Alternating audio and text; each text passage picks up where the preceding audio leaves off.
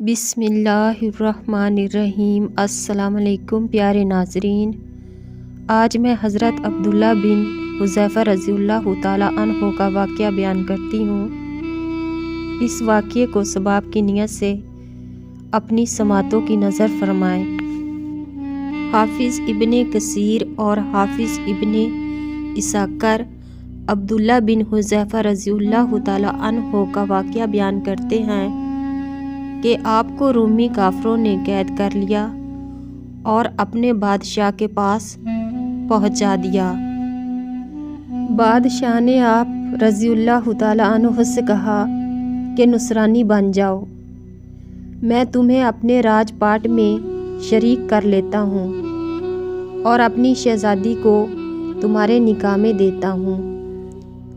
عبداللہ بن حذیفہ رضی اللہ تعالیٰ عنہ نے جواب دیا کہ یہ تو کیا، اگر تو اپنی پوری بادشاہی مجھے دے دے اور تمام عرب کا راج بھی مجھے سونپ دے اور یہ چاہے کہ میں ایک آنکھ جھپکنے کے برابر بھی اپنے دین محمد صلی اللہ علیہ وآلہ وسلم سے پھر جاؤں تو یہ بھی ناممکن ہے۔ بادشاہ نے کہا، پھر تجھے قتل کر دوں گا۔ حضرت عبداللہ بن حذیفہ رضی اللہ تعالیٰ عنہ نے جواب دیا کہ ہاں، یہ تجھے اختیار ہے۔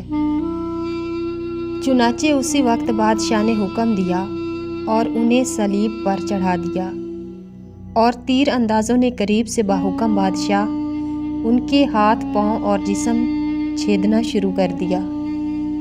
بار بار کہا جاتا کہ اب بھی نصرانیت قبول کر لو، اور آپ پورے صبر و استقلال کے ساتھ فرماتے جاتے تھے کہ ہرگز نہیں۔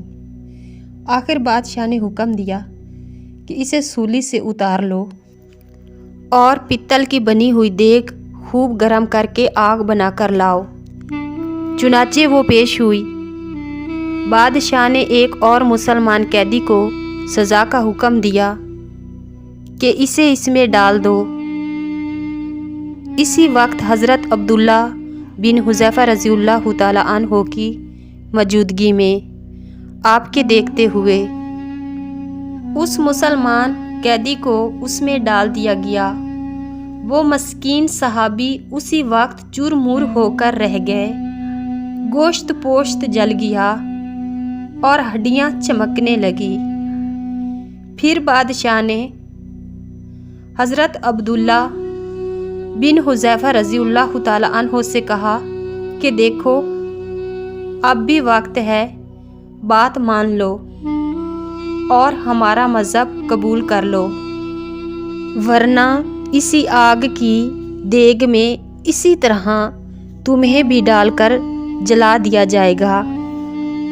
آپ رضی اللہ تعالیٰ عنہ نے پھر بھی اپنے ایمان جوش سے کام لے کر فرمایا کہ ناممکن ہے کہ میں اللہ کے دین کو چھوڑ دوں۔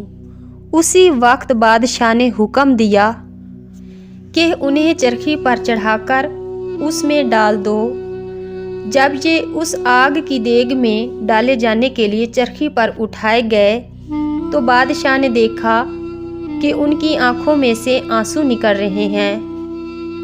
اس وقت اس نے حکم دیا کہ رک جائیں اور انہیں اپنے پاس بلا لیا، اسی لیے کہ اب اسے امید بندھ گئی تھی کہ شاید اس عذاب کو دیکھ کر اس کے خیالات بدل گئے ہوں، میری مان لے گا اور میرے مذہب کو قبول کر کے میری دمادی میں آ کر میری سلطنت کا ساجی بن جائے گا۔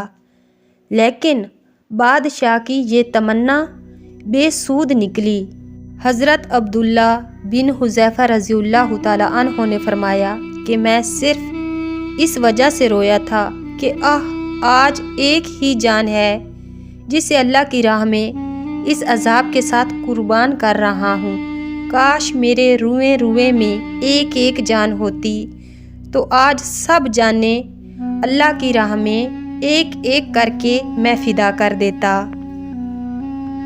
بعض روایات میں ہے کہ آپ رضی اللہ تعالیٰ عنہ کو قید خانے میں رکھا گیا اور کھانا پینا بند کر دیا۔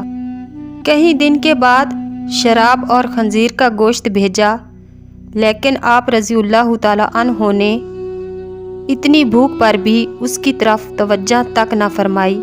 بادشاہ نے آپ رضی اللہ تعالیٰ عنہ کو بلا بھیجا اور اس سے نہ کھانے کا سبب دریافت کیا، تو آپ رضی اللہ تعالیٰ عنہ نے جواب دیا کہ اس حالت میں میرے لیے جائز تو ہو گیا ہے، لیکن میں تجھ جیسے دشمن کو اپنے بارے میں خوش ہونے کا موقع نہیں دینا چاہتا۔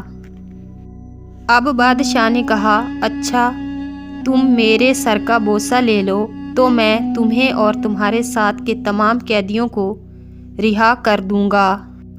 آپ رضی اللہ تعالیٰ عنہ نے اسے قبول فرما لیا اور اس کے سر کا بوسہ لے لیا، اور بادشاہ نے بھی اپنا وعدہ پورا کیا۔ آپ رضی اللہ تعالیٰ عنہ کو اور آپ رضی اللہ تعالیٰ عنہ کے ساتھیوں کو چھوڑ دیا۔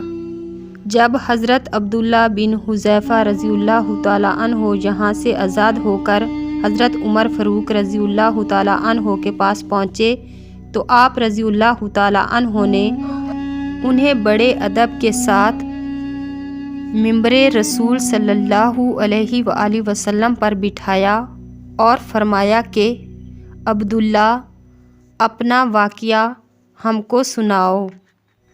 چنانچہ جب آپ رضی اللہ تعالیٰ عنہ نے شروع کیا تو خلیف المسلمین کی آنکھوں سے آنسو بہنے لگے، تو آپ رضی اللہ تعالیٰ عنہ نے فرمایا کہ ہر مسلمان پر حق ہے کہ عبداللہ بن حذیفہ رضی اللہ تعالیٰ عنہ کی پیشانی چومے، اور میں ابتدا کرتا ہوں۔ یہ فرما کر پہلے آپ رضی اللہ تعالیٰ عنہ نے ان کے سر کا بوسہ لیا اور پھر سب مسلمانوں نے۔ سبحان اللہ۔ اللہ پاک سے دعا ہے کہ اللہ پاک مجھے اور آپ سب کو پختہ ایمان کی دولت سے مالا مال کر دے۔ آمین ثم آمین۔